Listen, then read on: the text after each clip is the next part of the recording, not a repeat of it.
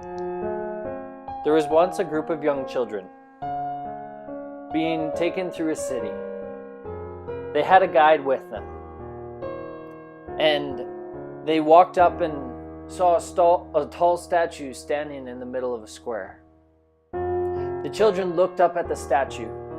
There was a man on top. He had a cross look on his face. His arms were crossed. His body posture was inward and closed. The young kids looked at the tour guide and they asked him, "Who is that man up there? What did he do? What did he accomplish?" The guide looked at the children and said, "Oh, that man? He accomplished nothing. He did nothing with his life. In fact, if you look closely on the inscription on this statue, you'll see it says, 'This is the town critic, a man who chose to live in his comfort zone, always judging other people, never risking on his own, never taking a chance, never taking a step, always being inward, selfish. He was a taker, not a giver. He never dreamed.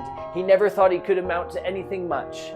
He just stood there with his arms crossed and judged everybody else who was moving on in their life." The kids looked at this statue and they seemed a little confused. Why would a town build a monument, build a statue in honor of a man like this? They asked that question too. They looked at the guide and they said, "Why is this man here? Why is this statue here? What did he do? What did he accomplish?" The guide looked at the kids. He looked at the children and he said, "This is just a solemn reminder. This is probably the only statue in the entire world that is dedicated to a man who did nothing." He looked at the kids and he smiled and he asked them a question. He said, "Think about it. Think about when you were children. What did you want to do? What did you want to accomplish? Who did you want to become?" The kids looked around at each other and started yelling off what they wanted to do with their lives, who they wanted to become. And the funny thing about these children is none of them wanted to be nothing. Every single one of them wanted to be something. Every single one of them had a dream. Every single one of them had a desire in their heart to do something great. And I think of this story and I think of how so many times in life, I think we look at other people and we don't necessarily want to shoot down their dream, but we look at them and we judge them based on what they're doing, where they're going. And I think there's something to be said for people who are willing to actually step out and to have faith and to risk and to move out of their comfort zone. And so my challenge to people today is, what are you going to take? If there was a monument built in honor of your life, what would it look like? Who would be on it? Would it be a man with his arms crossed, scowling with no dream? Or would it be the face of somebody who is excited, somebody who has done something great, who has added value to the world, who has actually made a difference? I think back to many of the people who I know there are monuments built to today.